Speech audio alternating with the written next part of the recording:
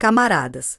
A discussão sobre o livro do camarada Alexandre não se limita ao quadro temas em discussão. Ele se desenvolve em todas as direções, levantando também as questões mais gerais sobre a situação da frente filosófica. A discussão se transforma, deste modo, numa espécie de conferência de toda a União sobre a questão das condições dos trabalhos científicos filosóficos. Isto, sem dúvida, é perfeitamente natural e de acordo com as leis do desenvolvimento do pensamento.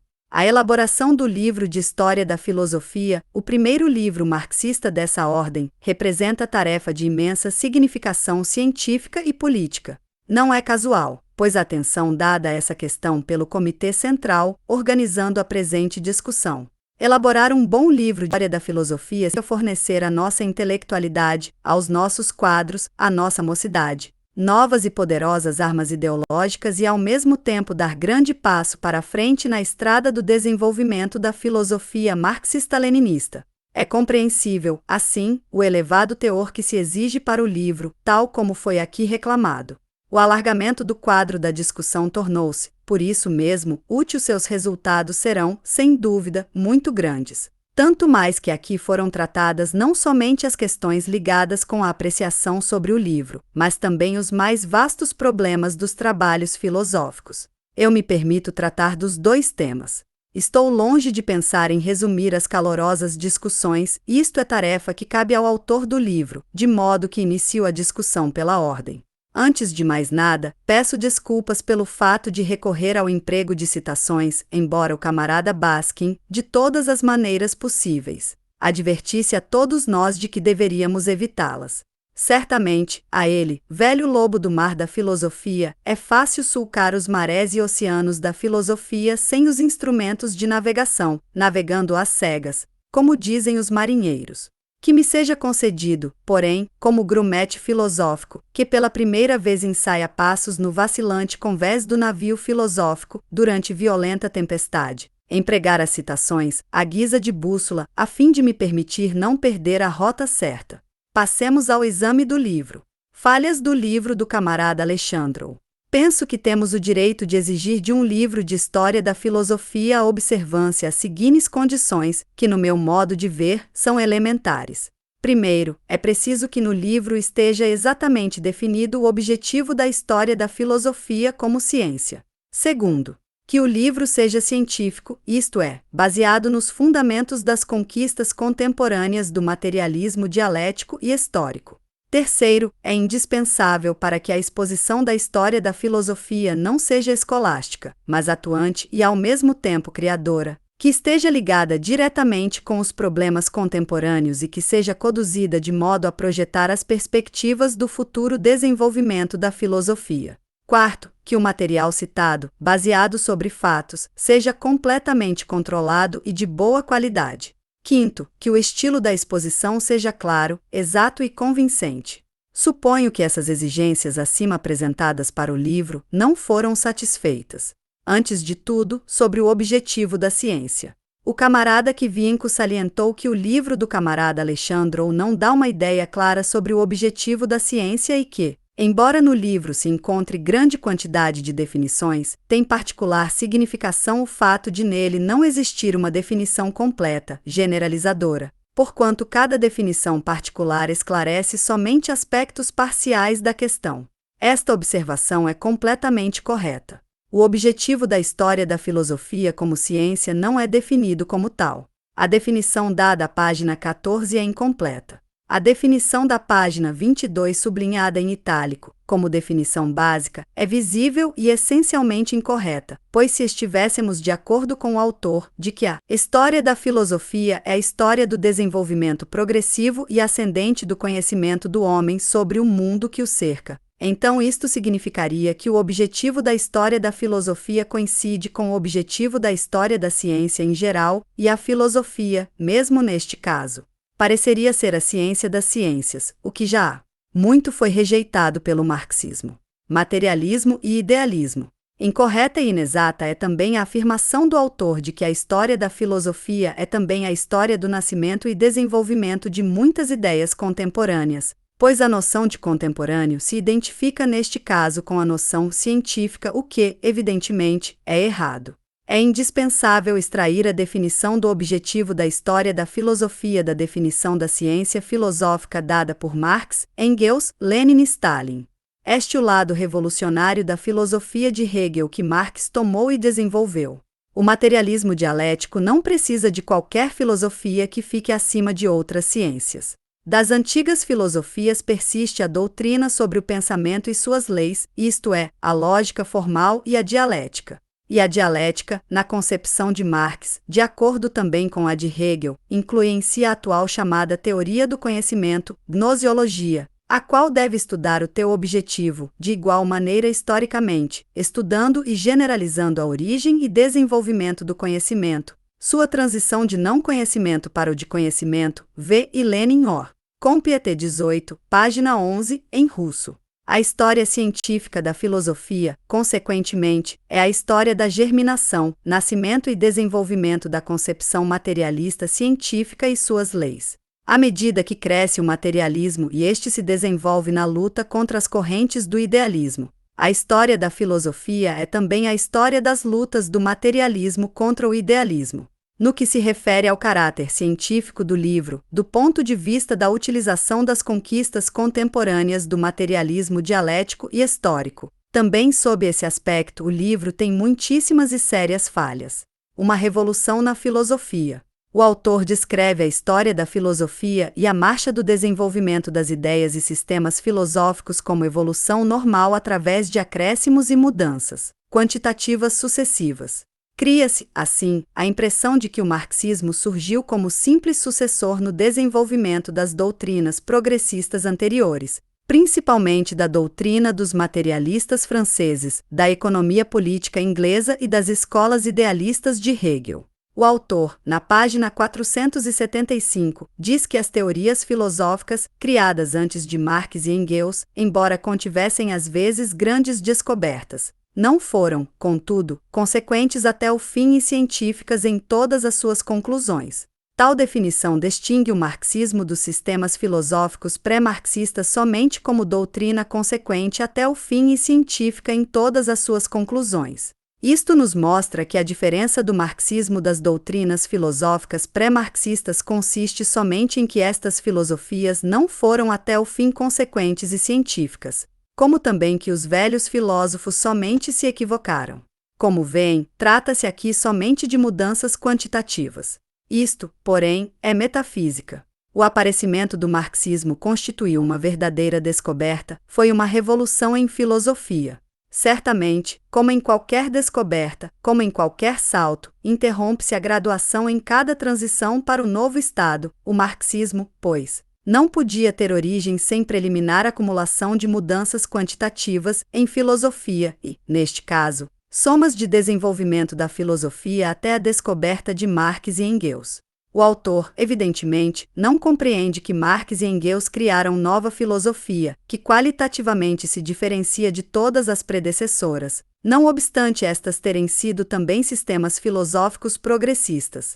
Acerca das relações da filosofia de Marx com todas as predecessoras de cuja transformação resultou o marxismo em filosofia, transformando-o em ciência, todos têm conhecimento. O que é mais estranhável é que o autor concentra sua atenção não no que é novo e revolucionário no marxismo, em comparação com os sistemas filosóficos predecessores, e sim no que une com o desenvolvimento das filosofias pré-marxistas. No entanto, mesmo Marx e Engels disseram que sua descoberta significava o fim das velhas filosofias. O sistema de Hegel foi o último, a mais acabada forma de filosofia, desde que a concebamos como ciência especial, que fica acima de todas as outras ciências. Junto com ela, toda a filosofia. Restou somente o método dialético do pensamento e a concepção de todo o mundo natural, histórico e intelectual, como de um inundo eternamente mutável e móvel, que se encontra em permanente processo de nascimento e perecimento. Agora, não somente a filosofia, mas também a toda a ciência foi imposta a exigência de descobrir as leis do desenvolvimento deste eterno processo de transformação em cada domínio separado. Nisto consiste a herança deixada pela filosofia hegeliana aos seus sucessores. F. Engels, Anti-Dühring, 1945, página 23-24, edição russa. O marxismo e o fim da velha filosofia.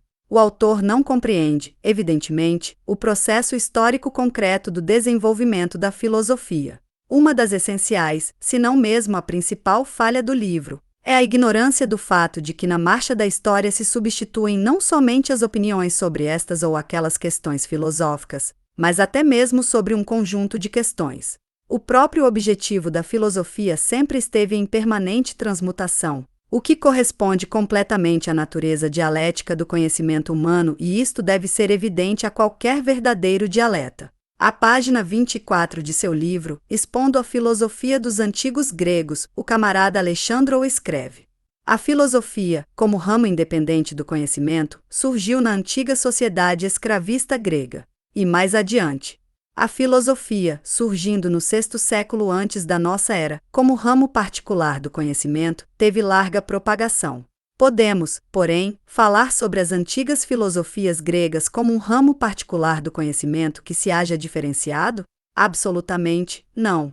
Os pontos de vista filosóficos dos gregos foram de tal modo estreitamente ligados às suas ideias políticas e aos seus pontos de vista de história natural que não temos o direito de transferir para a ciência grega a nossa divisão das ciências e sua classificação, que surgiram muito depois. Em verdade, os gregos conheciam somente unia ciência indivisa, na qual entravam também as ideias filosóficas. Tomemos Demócrito, Epicuro, Aristóteles, todos eles igualmente corroboram o pensamento de Engels sobre isso, que os mais antigos filósofos gregos foram simultaneamente naturalistas. F. Engels, Dialética e Natureza, K. Marx e F. Engels, Or. Comp. T. 14, Pag. 498, edição russa. A originalidade do desenvolvimento da filosofia consiste em que, à medida que se desenvolvia os conhecimentos científicos sobre a natureza e a sociedade, dela se ramificavam as ciências positivas, uma após outra. Por consequência, reduzia-se ininterruptamente o domínio da filosofia devido ao desenvolvimento das ciências positivas. Observação relevante é que este processo não está terminado e prossegue até no presente momento. E essa libertação das ciências naturais e sociais da égide da filosofia representava, por si mesma, um processo progressivo como também para as ciências naturais e sociais e da mesma forma para a própria filosofia. Os criadores dos sistemas filosóficos do passado, que pretendiam o conhecimento da verdade absoluta, em instância final, não puderam promover o desenvolvimento das ciências naturais, porque as enfaixavam em seus esquemas e se esforçavam por ficar acima das ciências, impondo ao vívido conhecimento humano as concussões que eram ditadas não pela vida real, mas por exigência dos sistemas. Nestas condições, a filosofia se transformou em museu, onde foram acumulados os mais diversos fatos, conclusões, hipóteses e simples fantasias. Se a filosofia pode servir para a supervisão, para a contemplação, no entanto, de nada valeu como instrumento de ação prática sobre o mundo e como instrumento de conhecimento do mundo. O último sistema de tal gênero foi o sistema de Hegel, o qual tentou erguer o edifício filosófico, que dominaria todas as outras ciências, comprimindo no leito de Procusto das suas categorias e imaginando poder resolver todas as contradições. O sistema de Hegel entrou em contradição absoluta com o método dialético, por Hegel mesmo mais pressentido do que compreendido e por isso mesmo indevidamente aplicado. Mas, uma vez que compreendamos que exigir da filosofia a solução de todas as contradições significa exigir que um só filósofo realize tal obra, que somente poderia ser realizada por toda a humanidade em seu gradual desenvolvimento, uma vez que compreendamos isto, para as filosofias, na velha significação da palavra, chegou o fim, como indicava Engels.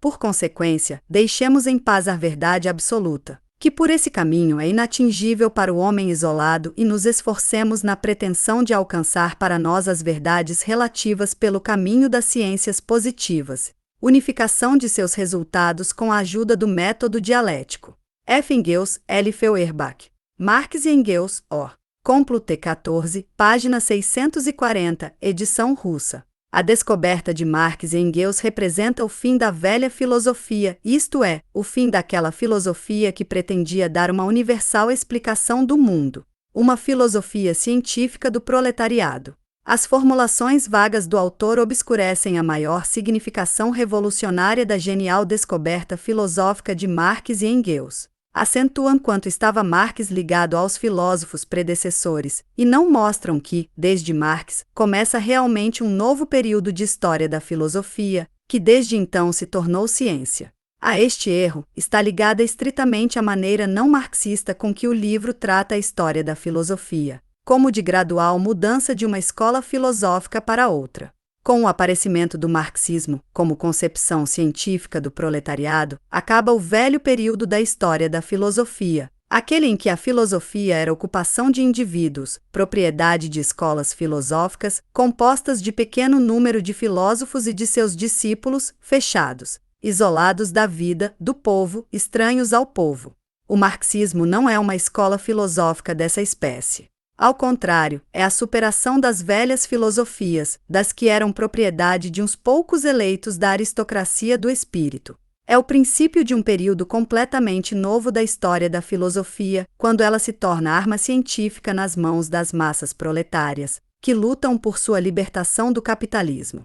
A filosofia marxista, diferentemente dos anteriores sistemas filosóficos, não se apresenta como ciência acima das outras ciências. Ainda é um instrumento de investigação científica, um método, que torna mais penetrante todas as ciências sobre a natureza e a sociedade e que se enriquece ao mesmo tempo com as conquistas dessas ciências no desenrolar de seu desenvolvimento. Nesse sentido, a filosofia marxista é a mais completa e decisiva negação de todas as filosofias precedentes. Mas negar, como sublinhava Engels, não significa dizer simplesmente não. A negação encerra em si a sucessão, significa absorção, revisão crítica e unificação em nova e superior síntese de tudo quanto há de vanguardeiro e progressista, já conquistado na história do pensamento humano. Daqui decorre que a história da filosofia, desde que existe um método dialético marxista, deve incluir a história da preparação do aparecimento desse método, mostrar o que condicionou o seu surgimento. No livro do camarada Alexandrov não consta a história da lógica e da dialética. Não é exposto o processo do desenvolvimento das categorias lógicas como reflexo da prática humana, e por isso mesmo ficou no ar a citação de Lenin, encontrada ao prefácio do livro, de que cada categoria da lógica dialética precisa ser considerada como ponto central na história do pensamento humano. Completamente injustificável é o fato de que a história da filosofia, no livro, só vá até o surgimento da filosofia marxista, ou seja, até o ano de 1847. Sem a exposição da história da filosofia destes últimos 100 anos, o livro, certamente, não pode ser considerado como livro de história da filosofia. O autor não esclareceu e não explicou por que não cuidou desse período, nem na introdução nem no prefácio da obra. Nada justifica também a exclusão do desenvolvimento da filosofia russa no livro de História em Apreço. Não é preciso provar que essa omissão possui o caráter de princípio. Fossem quais fossem os motivos que levaram o autor a excluir a história da filosofia russa da história geral da filosofia, o seu silêncio sobre ela objetivamente significa a depreciação do papel da filosofia russa e também a divisão da história da filosofia em história da filosofia da Europa Ocidental e história da filosofia russa, e para tanto o autor não faz quaisquer tentativas no sentido de esclarecer a necessidade de tal divisão. Ele eterniza dessa forma a divisão burguesa de cultura ocidental e oriental e considera o marxismo como corrente regional do Ocidente.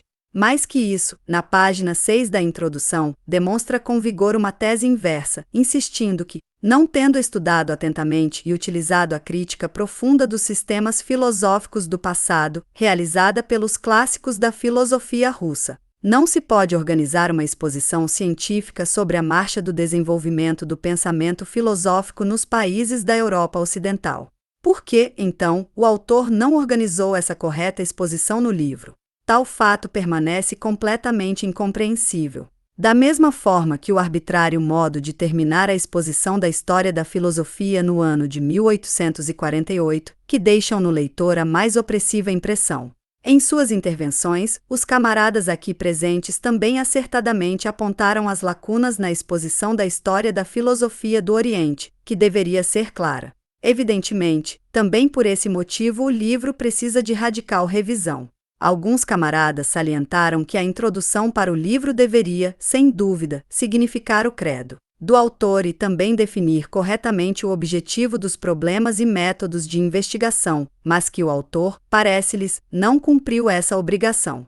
Penso que esta crítica é insuficiente, portanto incorreta, também não resiste à crítica feita à própria introdução, por uma posição de partido em filosofia. Já falei sobre a incorreta e inexata definição do objetivo da história da filosofia. Mas isto é pouco ainda. Na introdução existem também outros erros teóricos. Os camaradas já falaram aqui de que uma interpretação forçadíssima se encontra na exposição das bases da história da filosofia marxista-leninista, no que se refere a Chernyshevsky, Dobroliubov e Lomonosov, os quais, certamente, não têm relações diretas com o assunto. Mas a questão, entretanto, não é somente essa.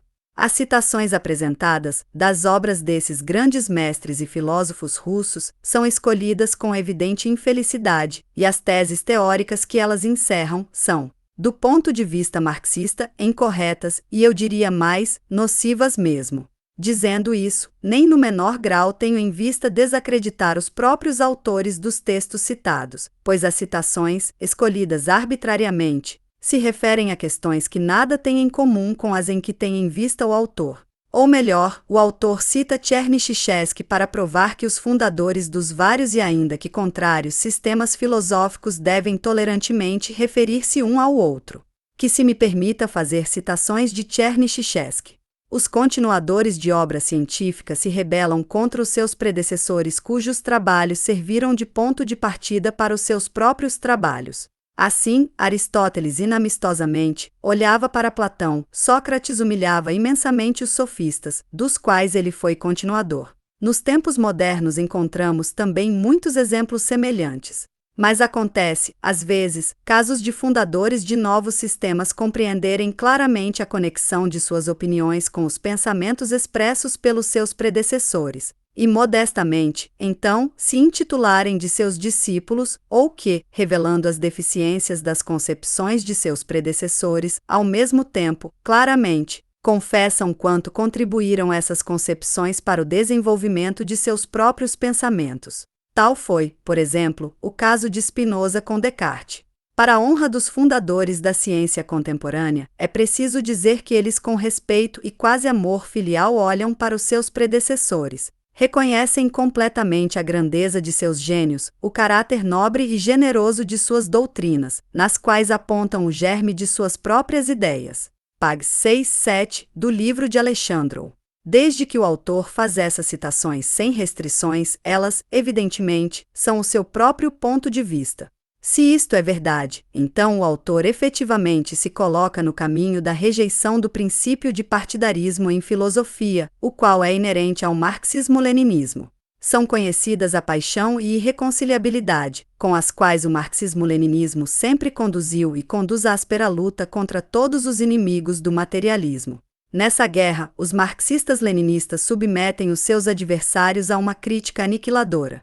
Como modelo de luta bolchevique contra os opositores do materialismo é o livro de Lenin, Materialismo e Empirocriticismo, onde cada palavra de Lenin representa, por si mesma, uma arma aniquiladora que destrói o adversário. A genialidade de Marx e Engels consiste justamente, dizia Lenin, em que no decorrer de um período muito longo, de quase meio século, eles desenvolveram o materialismo, impulsionaram para a frente uma fundamental tendência da filosofia, não permaneceram na repetição das questões gnoseológicas já resolvidas, mas a conduziram consequentemente, isto é, mostraram como era preciso levar o materialismo para o campo das ciências sociais, varrendo impiedosamente como lixo a asneira, a bombástica, galimátia pretensiosa e as numerosas tentativas de descobrir uma nova linha na filosofia, de inventar uma nova tendência, etc. Tomem, finalmente, escreve Lenin mais adiante, as várias observações filosóficas de Marx em O Capital e outras obras, e vereis imutável a ideia fundamental, a insistência no materialismo e um altivo desprezo votado a qualquer obscurecimento, confusão ou recuo para o idealismo. Sobre essas duas básicas antinomias, materialismo e idealismo, giram todas as observações filosóficas de Marx, as quais são julgadas pela filosofia professoral como estreitas e unilaterais, e é justamente nisso que consistem suas falhas. V. e Lenin, Complo, T13, páginas 275-276 em russo. O próprio Lenin, como se sabe, não poupava os seus adversários. Na tentativa de amenizar e conciliar as contradições entre as tendências filosóficas, Lenin sempre viu apenas uma manobra da filosofia professoral reacionária. Como pode, pois, depois disso, o camarada Alexandrov apresentar-se em seu livro, suave e manso, em relação aos filósofos adversários, o que representa positiva concessão ao quase-objetivismo professoral, ao expor o período em que emergia, crescia e vencia o marxismo na implacável luta contra todos os representantes das tendências idealistas? O camarada Alexandrov não se limita a isso. Sua concepção objetiva, ele consequentemente a faz presente através de todo o conteúdo do livro. Não é por casualidade, pois, que o camarada Alexandrov, antes de criticar qualquer filósofo da burguesia, renda homenagens aos seus méritos, incensando-os. Tomem, por exemplo, a doutrina de Fourier, que já foi aqui mencionada, sobre as 4 fases do desenvolvimento da humanidade. O ponto mais alto da filosofia social de Fourier, diz o camarada Alexandrov, é a doutrina sobre o desenvolvimento da humanidade. Em seu desenvolvimento, a sociedade passa, segundo Fourier, por 4 fases: destruição ascendente, harmonia ascendente, harmonia descendente, destruição descendente. No seu último estágio, a humanidade vive num período de caducidade, depois do que qualquer vida na Terra chega ao fim. Tanto quanto o desenvolvimento da sociedade se realiza independentemente dos desejos das pessoas, assim também o estágio superior do desenvolvimento chega inevitavelmente, tal como acontece com a mudança das estações de um ano. Desta tese deduziu Fourier a inevitável substituição do regime burguês por uma sociedade na qual dominará o trabalho livre e coletivo.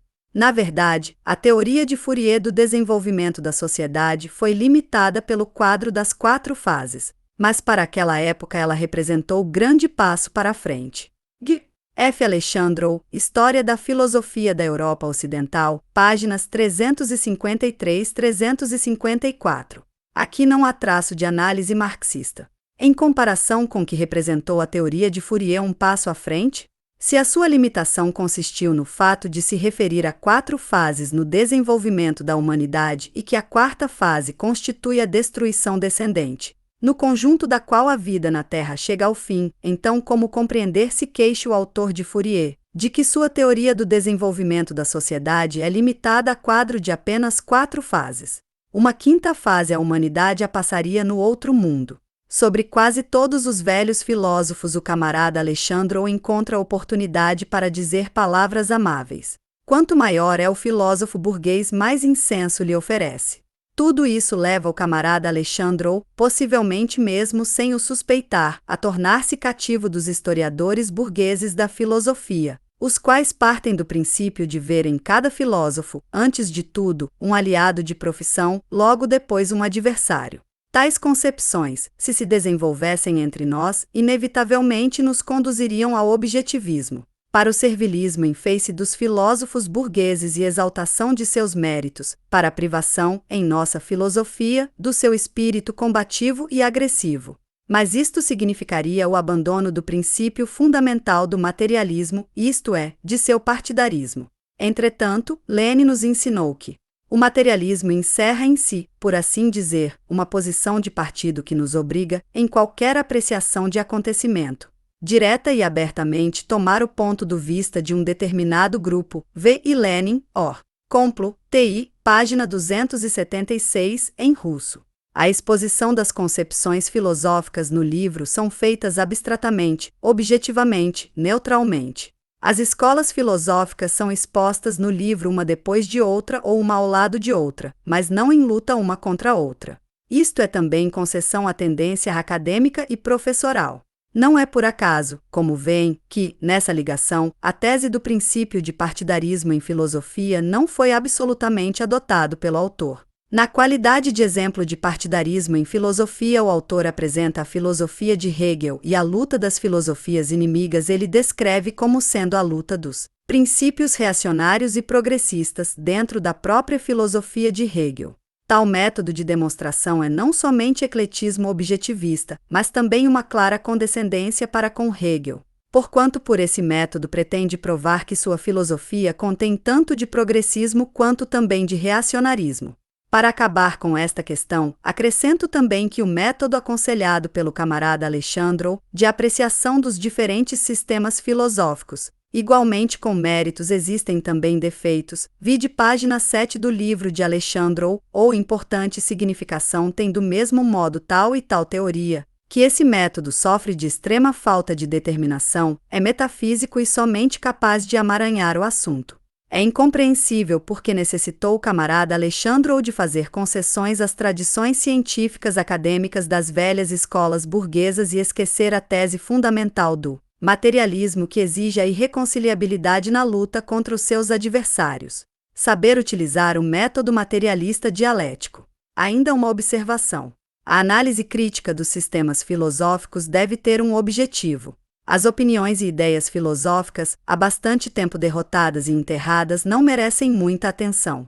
Pelo contrário, com particular rigor devem ser criticados os sistemas e ideias filosóficos que, apesar de seu reacionarismo, ainda têm curso e são utilizados pelos atuais inimigos do marxismo. Aqui, referimos-nos particularmente ao neocantismo, às teologias, às velhas e novas edições do agnosticismo, às tentativas de introduzir Deus, subrepticiamente, de contrabando, nas ciências naturais contemporâneas, e também de qualquer outra mochinifada que tenha por fim retocar e colorir a mofada mercadoria idealista, para consumo do mercado. Enfim, há quantas ideias desse conhecido Stokes que, na época contemporânea, os lacaios filosóficos do imperialismo põem em circulação para apoiar seus amos assustados. Na introdução é tratada, igualmente, de forma incorreta a concepção sobre as ideias reacionárias e progressistas e dos sistemas filosóficos. Embora o autor também faça restrições em torno das questões sobre o reacionarismo ou o caráter progressista desta ou daquela ideia ou sistemas filosóficos, elas devem ser resolvidas de forma concreta e histórica. O autor, porém, persistentemente ignora a conhecida tese do marxismo de que uma mesma ideia, em diferentes condições históricas e concretas, pode ser reacionária ou progressista. Tergiversando nesta questão, o autor abre brecha para a introdução, de contrabando, da concepção idealista das ideias que são colocadas acima da história. O autor, mais adiante, corretamente assinala que o desenvolvimento do pensamento filosófico, em última análise, é determinado pelas condições materiais de vida da sociedade e que o desenvolvimento do pensamento filosófico tem somente uma relativa independência, mas ao mesmo tempo, repetidamente, viola essa tese fundamental do materialismo científico e frequentemente se esquece, na sua exposição dos diferentes sistemas filosóficos, da tese das condições históricas e concretas e das raízes sociais de classe, desta ou daquela filosofia. Tal é o caso, por exemplo, da exposição sobre os pontos de vista de Sócrates, Demócrito, Spinoza, Leibniz, Feuerbach e outros, que, certamente, não é científica e dá motivo à suposição de que o autor, confundindo-se, passou a adotar o ponto de vista da independência do desenvolvimento das ideias filosóficas, que pairam acima da história, o que constitui, aliás, a característica distintiva da filosofia idealista. A ausência de ligação orgânica entre este ou aquele sistema filosófico e as condições concretas e históricas verifica-se constantemente, ainda onde o autor tenta analisar essas condições. Como resultado disso, temos uma ligação puramente mecânica e não uma ligação orgânica e essencial. Divisões e capítulos, em que são interpretadas as concepções filosóficas de época correspondentes e divisões e capítulos dedicados à exposição das condições históricas, giram em torno de um mesmo ponto de vista, mas a própria exposição dos dados históricos, as ligações causais entre a base e a superestrutura, como cânone, é apresentada de forma científica, mas desordenadamente, e não oferece material para análise, antes representa uma investigação má. Tais são, por exemplo, a introdução e o capítulo 6º, sob o título A França no XVIII século, que são um cúmulo de ininteligibilidade e de nenhuma força esclarecem a fonte das ideias da filosofia francesa do século XVIII e início do século XIX. Como consequência disso, as ideias dos filósofos franceses perdem suas ligações com a época e começam a figurar como um certo fenômeno independente. Que se me permita recordar esta passagem do livro. Começou a França, nos séculos 16 e 17, depois da Inglaterra, gradualmente, a pôr-se no caminho do desenvolvimento burguês. As fundamentais transformações na economia, na política e na ideologia levaram um século para se realizar. O país, embora ainda estivesse também completamente atrasado, já começava, porém, a libertar-se de seu consolidado feudalismo. Da mesma forma que muitos outros estados europeus daquele tempo, a França também entrava no período da acumulação capitalista primitiva. Em todos os setores da vida social rapidamente se formava nova ordem social burguesa, surgia nova ideologia, nova cultura. Por esse tempo, se inicia na França o rápido crescimento das cidades como Paris e Lyon, Marselha e Havre, constrói-se poderosa frota marítima. Uma depois da outra organizam-se as companhias comerciais internacionais que preparam expedições armadas com que conquistaram numerosas colônias. Rapidamente cresce o comércio. Nos anos de 1784 a 1788, o movimento do comércio externo atingiu a 1.011,6 milhões de libras, excedendo mais do que 4 vezes o dos anos de 1716 a 1720. O desenvolvimento do comércio foi ajudado pelo Pacto de Acher, 1748, e também pelo Tratado de Paris, 1763. Particularmente demonstrativo é o comércio de livros. Assim, por exemplo, no ano de 1774, o movimento do comércio de livros na França chegou a ser de 45 milhões de francos, enquanto na Inglaterra era somente 13 milhões de francos. Nas mãos da França, encontrava-se cerca da metade do estoque de ouro que possuía a Europa. Entretanto, a França permaneceu ainda como país agrário. Imensa maioria de sua população se ocupava com a agricultura, páginas 315 e 316. Isto, certamente, não é uma análise, mas uma simples catalogação de alguns fatos, expostos não em ligações de uns com outros, mas simplesmente uns ao lado de outros. Isto, por si mesmo, evidencia que estes dados sobre a base não continham, é verdade, e não podiam conter quaisquer características da filosofia francesa, cujo desenvolvimento se realiza como que separado das condições históricas daquele tempo na França. Tomamos mais adiante, a título de exemplo, a descrição do aparecimento da filosofia idealista alemã, tal como é apresentada no livro de Alexandre. Ele escreveu: no século XVIII e primeira metade do século XIX, a Alemanha era um país atrasado, com um regime político reacionário. Nela dominavam as relações da servidão feudal e corporações de ofícios. No fim do 18º século, a população citadina não alcançava 25% e os ofícios ocupavam somente 4% de toda a população. A corvéia, taxas, a servidão, os privilégios das corporações impediam o desenvolvimento das relações capitalistas que começavam a surgir. Acrescente-se, ainda, que no país reinava uma excessiva divisão política. Encontra-se na citação de Alexandre a porcentagem da população citadina da Alemanha, que deve, segundo sua opinião, ilustrar o atraso desse país e o reacionarismo de seu governo e de seu regime político-social. Já nesse tempo, porém, a população citadina da França se compunha de menos 10% do que a da Alemanha, embora a França não fosse um atrasado país feudal, como era a Alemanha, e sim o centro do movimento revolucionário burguês na Europa. Por consequência, a percentagem da população citadina, por si mesma, ainda nada esclarece, mais do que isso. Ela própria deve ser esclarecida pelas condições históricas e concretas. Isto, do mesmo modo, é exemplo do insucesso do autor, na utilização do material histórico para a elucidação do nascimento e desenvolvimento destas ou daquelas formas de ideologia.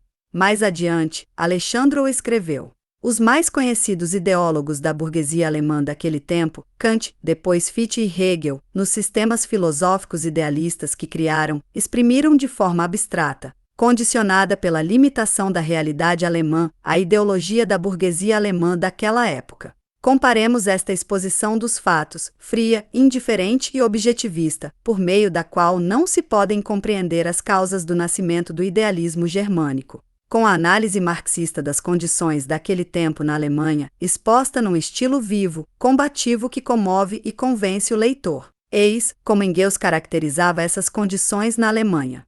Esta era uma massa em estado de putrefação e que se corrompia. Ninguém se sentia bem. Os ofícios, o comércio, a indústria e a agricultura estavam reduzidos ao mínimo. Os camponeses, os comerciantes e artesãos sofriam dupla opressão, governo sanguinário e más condições para o comércio. A nobreza e os príncipes achavam que seus lucros, apesar de que todos eles arrancados de seus súditos, não deveriam diminuir em face de suas despesas crescentes. Tudo era ruim e no país dominava um descontentamento geral. Não havia instrução, meios de influência sobre a inteligência das massas, liberdade de imprensa, opinião pública, nem havia qualquer comércio importante com outros países. Em toda parte somente sujeira e egoísmo, por consequência todo o povo foi impregnado por um espírito mercantil baixo, servil e odioso, corrompia-se, vacilava, pronto para ruir, e não se poderiam esperar mudanças benéficas, porque o povo já não possuía a força com que poderia varrer os cadáveres putrefatos das instituições mortas. Karl Marx F. Engels, Obras Complo, TV, página 6-7, em russo.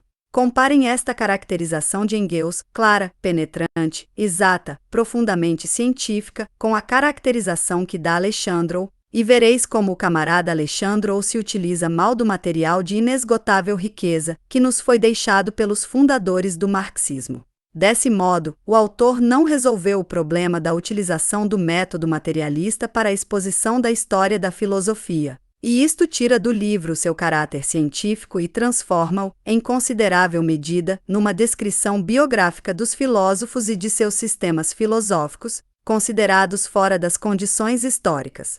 Isso resultou de ter o autor infringido o princípio do materialismo histórico, que ensina: é preciso investigar em detalhe as condições de existência das diferentes formações sociais, antes de tentar extrair delas as correspondentes concepções políticas, de direito privado, estéticas, filosóficas, religiosas, etc. Da carta de F. Engels a Schmidt, de 5 de agosto de 1890, Carlos Marx e F. Engels, Cartas Escolhidas, 1847, página 421. Obscura e insuficientemente o autor formula também os objetivos do estudo da história da filosofia. Em parte alguma do livro, o autor sublinha que um dos problemas fundamentais da filosofia e de sua história é o ulterior desenvolvimento da filosofia como ciência, o descobrimento de novas leis de desenvolvimento, a verificação de suas teses na prática, a substituição das teses que se tornam caducas por novas. O autor toma como ponto de partida, principalmente, a significação pedagógica educativa da história da filosofia, baseia-se sobre os problemas instrutivo-culturais, para dar dessa forma todo o estudo da história da filosofia um caráter passivamente contemplativo, acadêmico. Isto, certamente, não corresponde à definição marxista-leninista da ciência filosófica, que, tal como qualquer outra ciência, deve ininterruptamente desenvolver-se, aperfeiçoar-se e enriquecer-se com novas teses, rejeitando as caducas.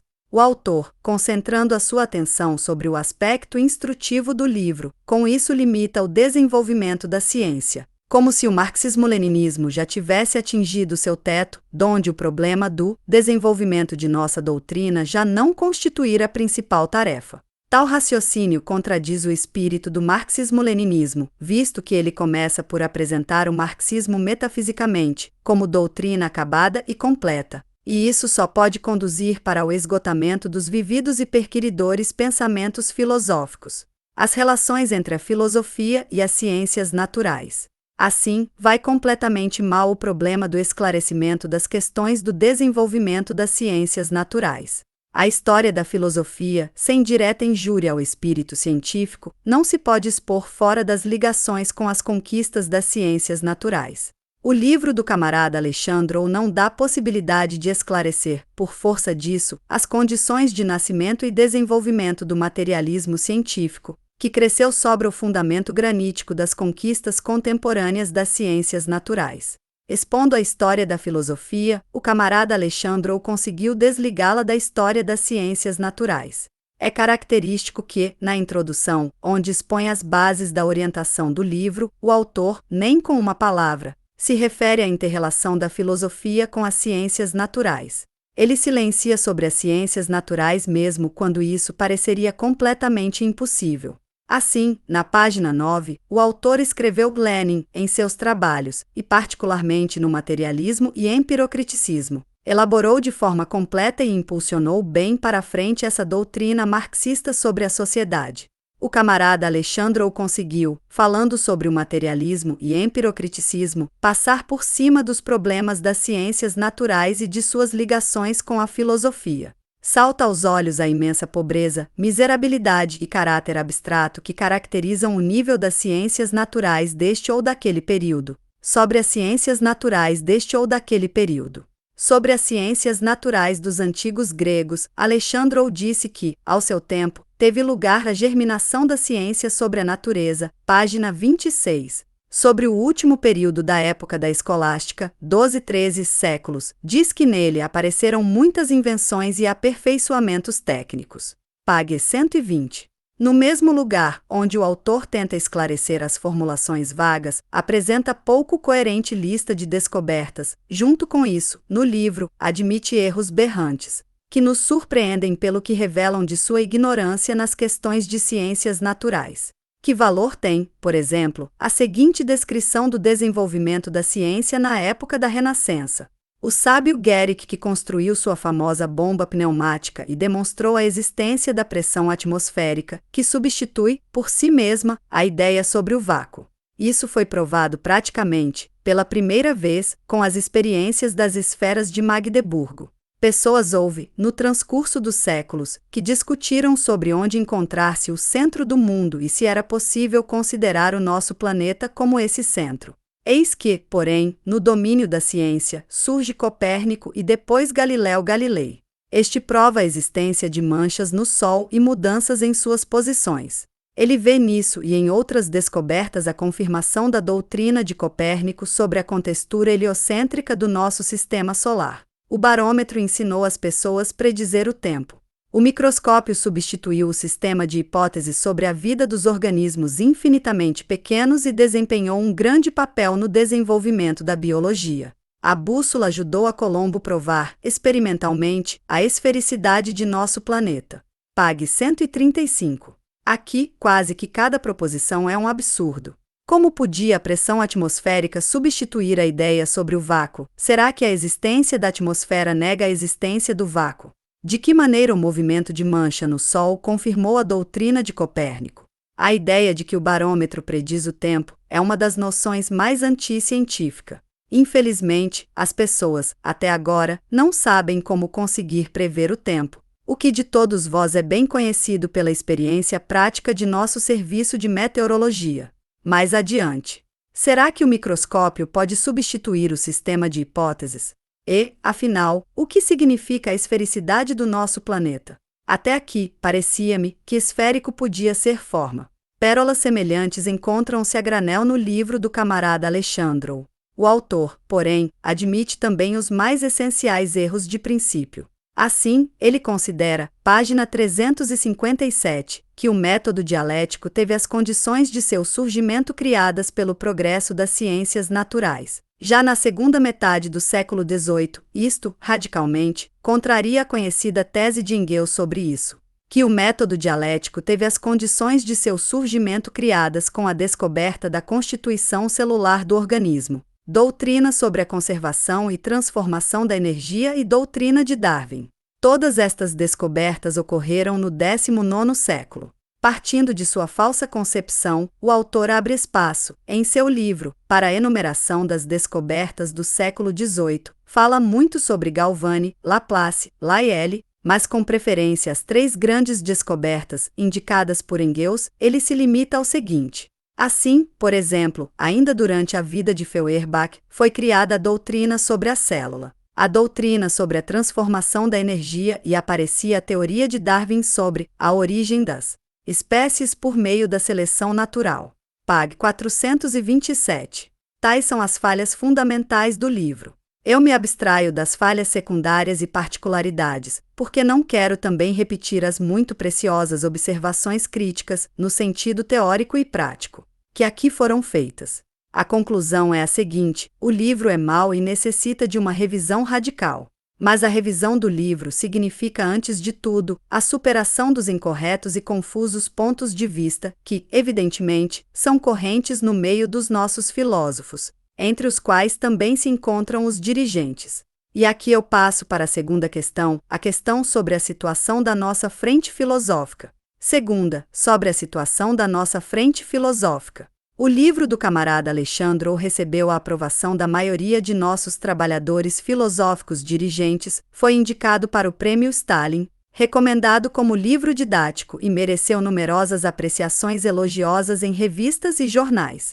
Isto significa que também outros trabalhadores filosóficos, evidentemente, participam dos erros do camarada Alexandre. Revela, pois, que nem tudo vai bem em nossa frente teórica. A circunstância do livro não ter provocado quaisquer protestos significativos exigiu a intervenção do Comitê Central e pessoalmente a do camarada Stalin, para revelar as falhas do livro. Isto traduz não haver na frente filosófica desenvolvida crítica e autocrítica bolcheviques. A ausência de discussões criadoras da crítica e autocrítica não puderam deixar de repercutir de maneira prejudicial na elaboração dos trabalhos filosóficos científicos. Todos sabem que a produção filosófica é inteiramente insuficiente em quantidade e fraca na qualidade. Monografias e artigos de filosofia são um fenômeno raro. Aqui, muitos falaram sobre a necessidade de uma revista filosófica. Há, no entanto, uma certa dúvida sobre a necessidade da criação de tal revista. Ainda não se apagou de nossa memória a lamentável experiência da revista sob a bandeira do marxismo. Parece-me que, no presente momento, não são utilizadas, de forma completamente satisfatória, as possibilidades de publicação de artigos e monografias originais. O camarada Sietlov disse aqui que os leitores de Bolshevik absolutamente não estão capacitados para ler trabalhos teóricos especializados. Penso que isso é completamente inexato e decorre de uma clara subestimação do alto nível dos nossos leitores e de suas exigências.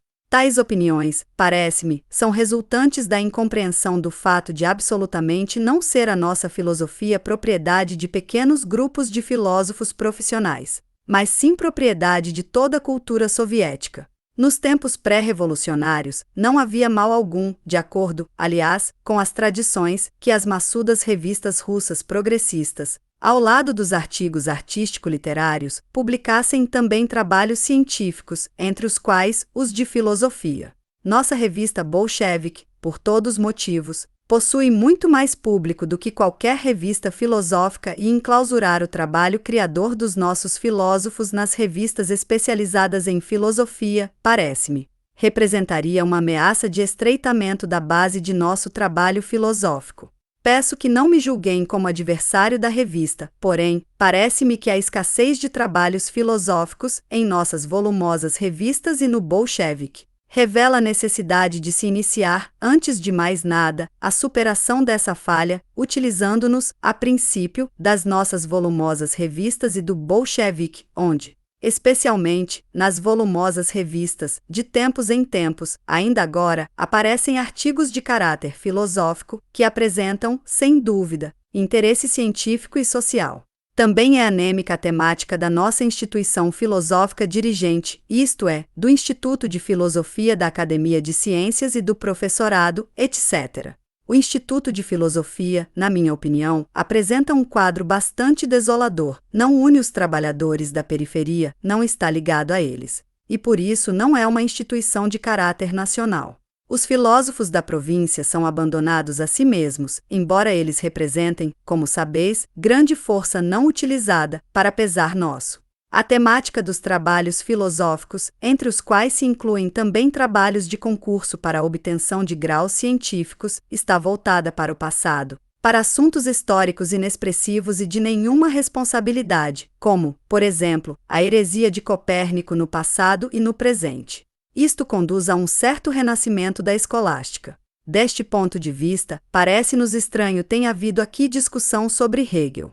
Os participantes dessa discussão quiseram forçar a porta aberta. A questão sobre Hegel há muito já foi resolvida.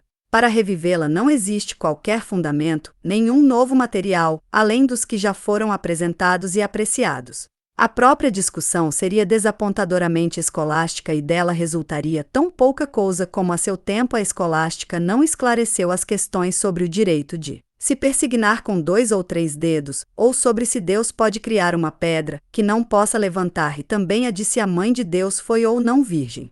Os problemas contemporâneos, de atualidade, quase não foram analisados. Tudo isto, em conjunto, é cheio de grandes perigos, muito maiores do que imaginais. E o maior perigo consiste em que algum de vós já se acostumaram com essas falhas.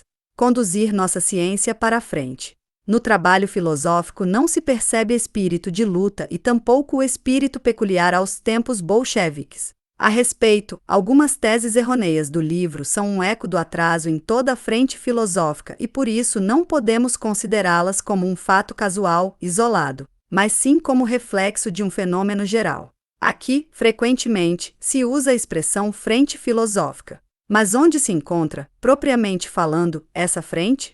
A frente filosófica absolutamente não é semelhante à ideia que fazemos de uma frente. Quando se fala sobre uma frente filosófica, imediatamente, por associação, surge a ideia de um organizado destacamento de filósofos militantes, perfeitamente armados com a teoria marxista, que dirige uma decisiva ofensiva contra a ideologia inimiga no estrangeiro, contra as sobrevivências da ideologia burguesa na consciência da unidade soviética, no interior de nosso país, que impulsiona incansavelmente para a frente a nossa ciência, que arma os trabalhadores da sociedade socialista com a consciência da justeza do rumo do desenvolvimento da nossa sociedade e da certeza, cientificamente fundamentada, da final vitória de nossa causa. Será que a nossa frente filosófica se parece com uma verdadeira frente? Ela mais depressa nos lembra uma tranquila represa ou bivac situado em algum lugar longe do campo da luta. O campo de batalha ainda não foi ocupado, tampouco foi tomado contato com os adversários, e o reconhecimento não foi realizado, as armas se enferrujam. Os combatentes lutam por sua própria conta e risco, e os comandos ou se embriagam com as vitórias passadas, ou discutem se possuirão bastante forças para a ofensiva ou se não precisarão pedir auxílio de fora.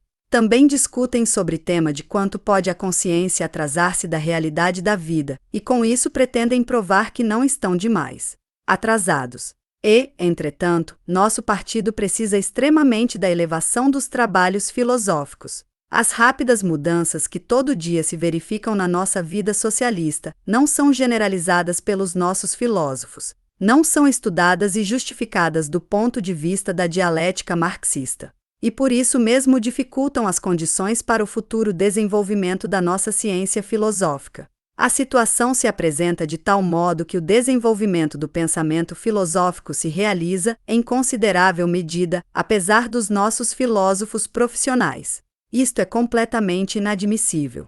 Certamente, a causa do atraso na frente filosófica não está ligada a qualquer condição objetiva. As condições objetivas são favoráveis como nunca, o material, que aguarda uma análise e generalização científicas, é ilimitado. As causas do atraso na frente filosófica, precisamos procurá-las nos domínios do subjetivo. Essas causas fundamentais são justamente aquelas que indicou o CC ao analisar o atraso em outros setores da frente ideológica.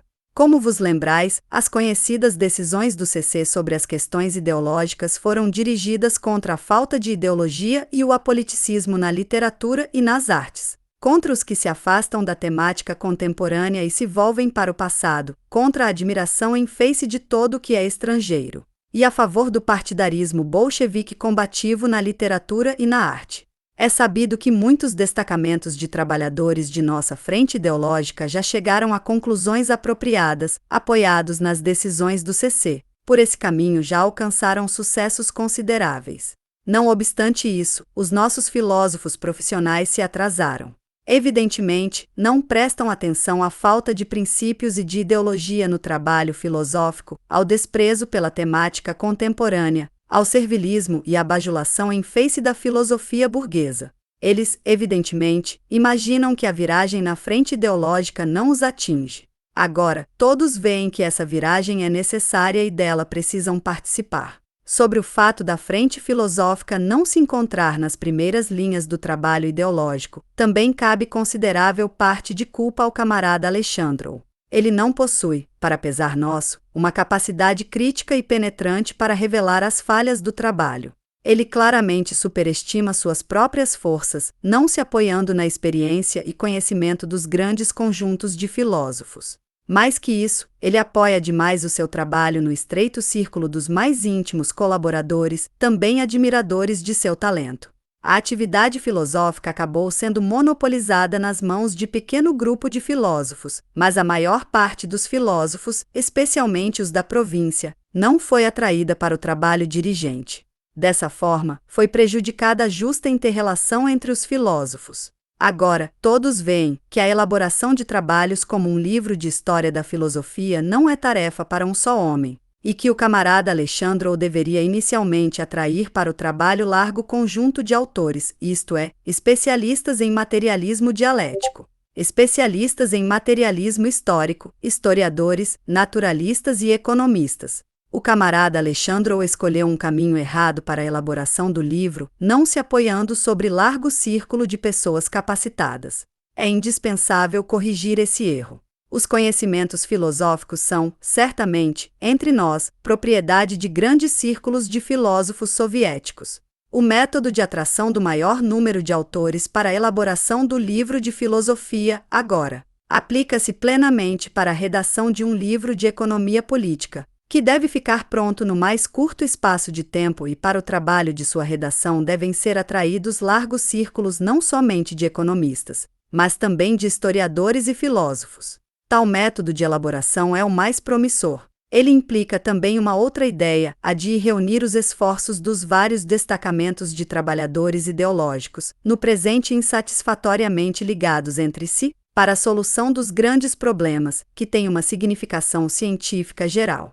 Cumprir-se-á também o objetivo de, por esse meio, organizar a interação entre os trabalhadores dos diversos ramos ideológicos, a fim de impulsionar para a frente a ciência em geral, não cada um por sua própria conta, ineficientemente, mas por meio de um conjunto de trabalhadores, de um modo organizado e firme e, por consequência, com as maiores garantias de êxito. A crítica e autocrítica, forma particular de luta entre o velho e o novo, onde, então, se encontram as raízes dos erros subjetivos de numerosos dirigentes dos trabalhos da frente filosófica. Porque aqui, na discussão, representantes da velha geração de filósofos lançaram justa reprovação a alguns moços, a propósito de sua prematura senilidade e de sua falta de combatividade, agressividade. A resposta a esta questão impõe-se, e só pode ser uma: o insatisfatório conhecimento das bases do marxismo-leninismo e a presença de remanescentes influências da ideologia burguesa. Isto revela também que muitos dos nossos trabalhadores ainda não compreenderam que o marxismo-leninismo é doutrina viva e criadora que ininterruptamente se desenvolve, que ininterruptamente se enriquece à base da experiência da construção socialista e das conquistas das ciências naturais contemporâneas. Tal subestimação desse vívido e revolucionário lado de nossa doutrina não pode levar-nos senão ao rebaixamento da filosofia e de seu papel justamente nas falhas do espírito combativo e agressivo. Se devem procurar as causas do medo de alguns dos nossos filósofos experimentarem a sua capacidade em novas questões, nas questões contemporâneas, na solução dos problemas que diariamente a prática põe diante dos filósofos e para as quais a filosofia está obrigada a dar resposta. Já é tempo de mais audaciosamente impulsionar para a frente a teoria da sociedade soviética, a teoria do Estado soviético, a teoria das ciências naturais contemporâneas, da ética e da estética. É preciso acabar com a covardia não bolchevique. Admitir a estagnação no desenvolvimento da teoria, isto significa secar a nossa filosofia, privá-la da sua característica mais preciosa, que é a sua capacidade para o desenvolvimento, transformando-a em morto e seco dogma. A questão sobre a crítica e autocrítica bolchevique é para os nossos filósofos não somente uma questão prática, mas também profundamente teórica. Se o conteúdo interno do processo de desenvolvimento, como nos ensina a dialética, é a luta dos contrários, luta entre o velho e o novo, entre o que está fenecendo e o que está nascendo, entre o que morre e o que se desenvolve, então a nossa filosofia soviética precisa mostrar como age esta lei dialética nas condições da sociedade socialista e em que consiste a originalidade de sua aplicação. Sabemos que na sociedade dividida em classe esta lei age diferentemente da forma por que age em nossa sociedade soviética. Eis onde se encontra o mais largo campo para a investigação científica, e este campo nenhum dos nossos filósofos palmilhou. Entretanto, o nosso partido já há muito achou e colocou a serviço do socialismo a forma particular de descobrimento e superação das contradições da sociedade socialista, e essas contradições existem, e sobre elas os nossos filósofos não querem escrever por covardia, e essa forma particular da luta entre o velho e o novo, entre o que morre e o que nasce, entre nós, na sociedade soviética, é o que se chama de crítica e autocrítica. Marx disse que os filósofos antecessores somente interpretaram o mundo, mas que no presente trata-se de transformá-lo. Substituímos o velho mundo e construímos o novo, mas os nossos filósofos, para pesar nosso, insatisfatoriamente interpretam este novo mundo, e ainda insatisfatoriamente participam de sua transformação. Aqui vimos algumas tentativas, por assim dizer, de teoricamente interpretar as causas deste atraso. Falou-se aqui, por exemplo, sobre isso, que os filósofos demasiadamente se detiveram na fase de comentários, por força do que, no tempo próprio, não passaram para o período de realizações. Esta interpretação certamente tem um aspecto elevado, mas pouco convincente. Por certo, o trabalho criador dos filósofos precisa ser no presente a pedra angular de todo o trabalho, mas isto não significa que precise ser um trabalho de especial erudição para um círculo fechado, mas sim de vulgarização. Dele também precisa participar o nosso povo. Contra a ideologia podre da burguesia. É preciso apressar-se em compensar o tempo perdido. Os problemas não esperam. Conquistando brilhante vitória na Grande Guerra Patriótica, que também é brilhante vitória do marxismo, o socialismo ficou como um osso na garganta dos imperialistas. O centro da luta contra o marxismo transportou-se na atualidade para a América e Inglaterra. Todas as forças do obscurantismo e da reação estão postas agora a serviço da luta contra o marxismo. De novo já trouxeram à luz e foram aceitas como armas da filosofia burguesa estes instrumentos da democracia atômica e do dólar, as armaduras já gastas do obscurantismo e clericalismo, o Vaticano e as teorias racistas, o nacionalismo selvagem e a caduca filosofia idealista, a corrupta imprensa amarela e a podre arte burguesa. Mas a força, evidentemente, é insuficiente. Sob a bandeira de luta ideológica, luta contra o marxismo, recrutam agora também as suas últimas reservas. São atraídos os gangster, caftens, espiões e criminosos. Tomarei, ao acaso, um exemplo recente. Como informou há poucos dias Desvestia, na revista Tempos Modernos, que está sob a direção do existencialista Sartre. É exaltado como uma revelação o novo livro do escritor Jean Genet, Diário de um Ladrão, que começa com estas palavras. A traição, a roubalheira e o homossexualismo, tais serão os meus temas fundamentais. Existe uma ligação orgânica entre a minha atração pela traição, para a ocupação com roubalheiras e minhas aventuras amorosas. O autor, evidentemente, conhece o seu assunto. As peças de teatro deste Jean Genet, largamente anunciadas, permanecem na cena parisiense e o próprio Jean Genet foi chamado insistentemente à América. Tal a última palavra da filosofia burguesa. Já é conhecido, pela experiência da nossa vitória sobre o fascismo, a que em passe foram levados povos inteiros pela filosofia idealista. Agora, ela apareceu com sua nova natureza, abominavelmente suja, que reflete toda a profunda indignidade e baixeza do desmoronamento da burguesia. Caftens e criminosos elevados à categoria de filósofos são realmente a expressão extrema da ruína e corrupção da burguesia. Essas forças, contudo, ainda estão vivas e são capazes de envenenar a consciência das massas. A ciência burguesa contemporânea fornece ao clericalismo, ao fideísmo, nova argumentação, que precisa ser implacavelmente desmascarada. Tomemos, por exemplo, a doutrina do astrônomo inglês Eddington sobre as constantes físicas do mundo, que diretamente o conduz à mística pitagórica dos números. Das suas fórmulas matemáticas, conclui tais constantes essenciais do mundo, como o apocalíptico número 666, etc.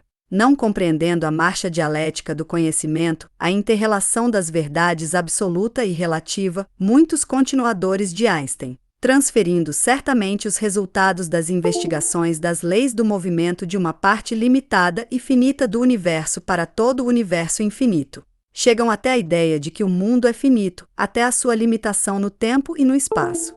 O astrônomo Milne até calculou que o mundo foi criado já há 2 bilhões de anos. Para esse sábio inglês são aplicáveis, quiçá, as palavras de seu grande compatriota, o filósofo Bacon, sobre aqueles que transformam a impotência de sua ciência em calúnia contra a natureza.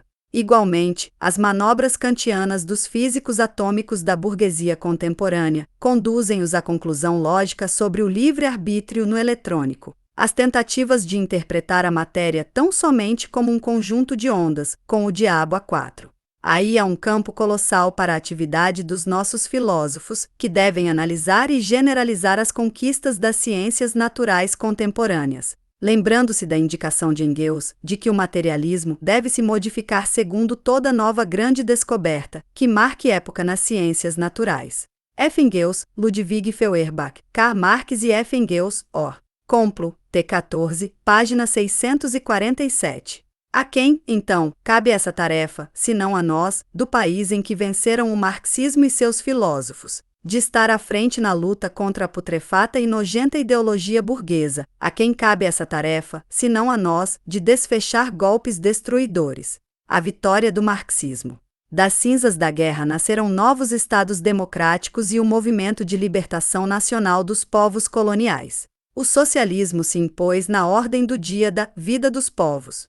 A quem cabe a tarefa, se não a nós, do país em que venceram o socialismo e seus filósofos, de ajudar os nossos amigos e irmãos do estrangeiro e esclarecê-los na sua luta pela nova sociedade à luz do conhecimento do socialismo científico? A quem, se não a nós, cabe a tarefa de esclarecê-los e equipá-los com as armas ideológicas do marxismo? No nosso país, realiza-se um poderoso florescimento da cultura e economia socialistas. O seguro crescimento da consciência socialista das massas apresenta sempre mais e mais exigências para o nosso trabalho ideológico. Realiza-se um desenvolvido ataque contra as sobrevivências do capitalismo na consciência dos homens. A quem, se não aos nossos filósofos, cabe a tarefa de estar à frente das fileiras de trabalhadores da frente ideológica, de aplicar totalmente a teoria marxista do conhecimento na generalização da imensa experiência da construção socialista e nas decisivas e novas tarefas do socialismo. Em face desses magnos problemas, poder-se-ia perguntar: são os nossos filósofos capazes de assumir a responsabilidade de novas tarefas? Existirá ainda bastante energia entre os nossos filósofos? Não se enfraqueceram ainda as forças filosóficas? Serão ainda capazes os nossos quadros filosóficos científicos, por meio de suas forças internas, de superar as falhas de seu desenvolvimento e reconstruir de novo o seu trabalho? Nesta questão não podem haver duas opiniões. A discussão filosófica mostrou que essas são importantes, que essas forças são capazes de revelar as suas falhas para superá-las. É preciso apenas mais fé em suas próprias forças, mais emprego dessas forças nos ativos combates, no levantamento e soluções dos empolgantes problemas contemporâneos. É preciso acabar com a falta de espírito de luta, ter mais dinamismo no trabalho, expulsar de si o caduco Adão e começar a trabalhar como trabalhavam Marx, Engels, Lenin, como trabalha Stalin. Camaradas, vós vos lembrais como Engels, em seu tempo, rejubilava-se e assinalava como importante acontecimento político, de imensa significação, a venda dos livros marxistas, cujas tiragens eram de 2 a 3 mil exemplares. Disto se conclui que para o nosso estalão já é insignificante tal venda, da qual Engels deduzira que a filosofia marxista se havia enraizado profundamente na classe operária. E que dizer sobre a penetração da filosofia marxista nas largas camadas do nosso povo e que diriam Marx e Engels se eles soubessem que os trabalhos filosóficos, entre nós, se propagam pelo povo em dezenas de milhões de exemplares? Esta verdadeira vitória do marxismo, e isto é testemunha de que a magna doutrina de Marx, Engels, Lenin, Stalin tornou-se, entre nós, a doutrina de todo o povo, e sobre essa base fundamental, de que não há igual no imundo, deve florescer a nossa filosofia. Sede dignos de nossa época, época de Lenin, Stalin, época do nosso povo, povo vitorioso. Início da página. As tarefas dos partidos comunistas. O perigo principal para a classe operária consiste, atualmente, na subestimação das próprias forças e na superestimação das forças do adversário. Como no passado, a política de Munique encorajou a agressão hitlerista, também hoje as concessões à nova política do ZEU, da América e do campo imperialista podem tornar os seus inspiradores ainda mais insolentes e agressivos. Por isso, os partidos comunistas devem pôr-se à frente da resistência aos planos imperialistas de expansão e de agressão em todos os campos: governativo, político, econômico e ideológico. Eles devem cerrar fileiras, unir os seus esforços na base de uma plataforma anti-imperialista e democrática comum e reunir em torno de si as forças democráticas patrióticas do povo. Azadano. Do informe à Conferência dos 9 Partidos Comunistas em Varsóvia.